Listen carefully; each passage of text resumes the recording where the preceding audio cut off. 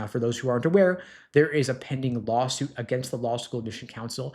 A law school applicant sued LSAC, contending they are engaging in unfair, monopolistic behavior. And the core of that lawsuit is what you spend to apply to law school. $215 is what you pay the Law School Admission Council before a single law school reads one word about you.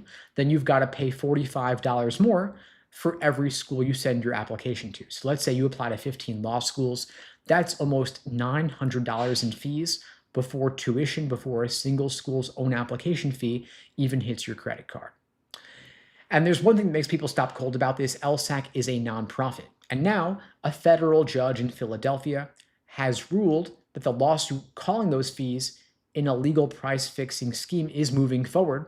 It wasn't settled. It wasn't thrown out. It is actually heading toward a jury. And LSAC tried to get this case killed twice, and this month the judge said no. But the coverage is missing the biggest part. LSAC already lost the one argument it most needed to win months back. In the ruling, everybody called a win. And I'm going to show you exactly what that was. And there is a number buried in all of this that's 100 times bigger than $900. It's the one that should actually change what you do this week. Most applicants get furious about the wrong number, and I'm going to show you the right one. And the headlines are getting it half right only. Start with what you're actually paying for here. If you are applying to law school, you don't send your own transcript to each school. You can't. You pay LSAC to do it through something called the Credential Assembly Service, or CAS for short. You pay $215 to switch it on. That subscription runs for 5 years, and then every school you apply to costs another $45 for LSAC to send them a report. It's with the same transcript, the same letters of rec. They package it up and forward it for $45 a school every single time. Now, you cannot apply to an ABA accredited law school without going through this process. There is no competitor. There is no second vendor you can pick instead. There is just one organization that sits between you and nearly every accredited law school in the country, and it charges you on the way in. It's like a tax you pay LSAC. Because it's mandatory, there's no opt-out, and there's only one collector. And this class action lawsuit says the price of that tax is not set by competition because there is no competition. It's set by those who benefit from it. According to the complaint, LSAC collected $93 million in those fees over 3 years from people who, by definition, have not yet earned a lawyer's paycheck. Most of them are in their 20s, taking on debt just to play the game. Now, put that in real terms, $93 million is more than the entire tuition bill for a couple thousand law students collected in fees by a nonprofit in only 3 years. Now, here's where it gets really interesting, and it's what this lawsuit's really about. Look at who actually runs the Law School Admission Council. It is the member law schools. LSAC is governed by trustees that the schools elect. And those same schools get LSAC's application platform for free. They're not paying to receive your file, you are paying to send it. And so follow the money here. The schools control LSAC. LSAC turns around and charges the applicants. The people with the least power and the most debt in this whole arrangement, they cover all of it. And the lawsuit goes one step further. It alleges LSAC handed out grants of up to $100,000 to member law schools. The complaint calls them kickbacks. It's money flowing back to the schools to keep them loyal to the system. Now, I want to be careful here because this matters. This is all an allegation. It has not been proven. LSAC, of course, denies it. And that is literally what this case now exists to test. But step back and look at the shape of this. An organization run by the law schools, charging the students, routing money back to the schools. So if you set out to design a system where the people paying have no say and no exit, it would look a lot like this one. Now, because LSAC did win the first round, we got to look at the details. Back in April, the same judge, John Murphy, threw the case out. He called the complaint implausible. He called it unclear and self-contradictory. And so you could read that thinking that LSAC walked away clean. But the actual ruling is a totally different story. Because in that same opinion, the judge agreed with the applicant on the two hardest things to prove in any antitrust case. First, he found concerted action. In plain English, that means he agreed this looks like a group acting together, not one company setting its own price. So that is the line between saying a business charged me a lot and a group fixed what I have to pay. The judge said that the applicant had plausibly alleged the second one. He also found that the applicant did have standing.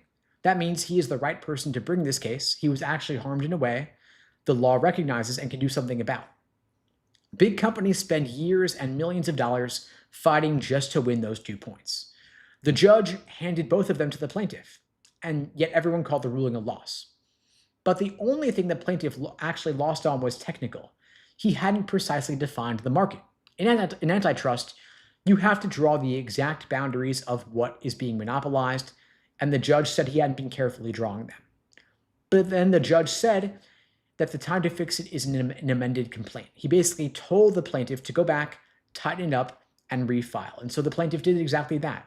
He refiled a whole exhibit built just to define the markets the judge had said were fuzzy, focused right on what he had lost on previously.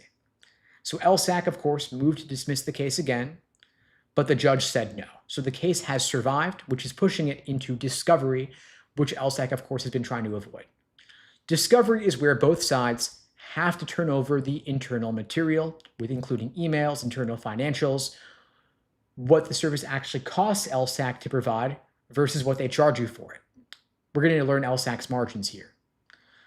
Now, they might have to show those to the other side's lawyers, and that could show that the schools, of course, get the platform for free, applicants pay for all of it, and so whether that $215 subscription and that $45 report actually just cover the cost of moving your file around, or whether the money applicants pay funds a much bigger machine that mostly serves the schools who run it and help to set the price. LSAC has never had to answer that in public, and they've been fighting to keep it sealed, but now it's going to get revealed. Now, of course, I would love to tell you that we could all read that. I'd love to dig into the details myself, but we don't get to see it yet because there is a protective order in this case, which means the documents that get exchanged stay sealed for now. We'll see whatever shows up in the public court filings down the line. And the schedule of the case, of course, points to trial in 2028. And so if you're applying to law school this cycle or next, this lawsuit will not save you $1. Set your expectations now. It's going to go quiet for several months where nothing visible happens. And that doesn't mean the case is dying, of course, but it's just how these things grind along. And so I want you to watch the arguments LSAC's lawyers make as this moves along. Antitrust cases produce some genuinely strange arguments. They're going to say, for example, our client's a nonprofit, and they could be charging applicants more than it does currently. So they're going to say, we don't overcharge students. We could have already overcharged them more than we actually do, which might actually hold up as a legal argument. I don't love that line of reasoning, but we'll see if the judge likes it, of course. Regardless, of course, what you should do in the short term doesn't change. Your path forward is simple. Put together the strongest law school application. Get the highest possible LSAT score that you can.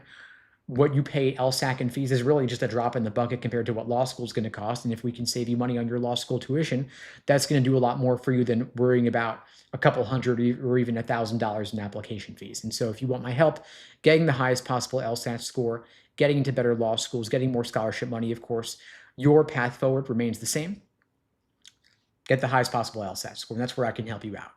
I'm offering a free LSAT tutoring lesson for everybody watching this now or later. You can book that free LSAT tutoring lesson with me personally at unpluggedprep.com/start. The link is below the video on YouTube, pinned in the chat on YouTube, in my bio on TikTok and IG.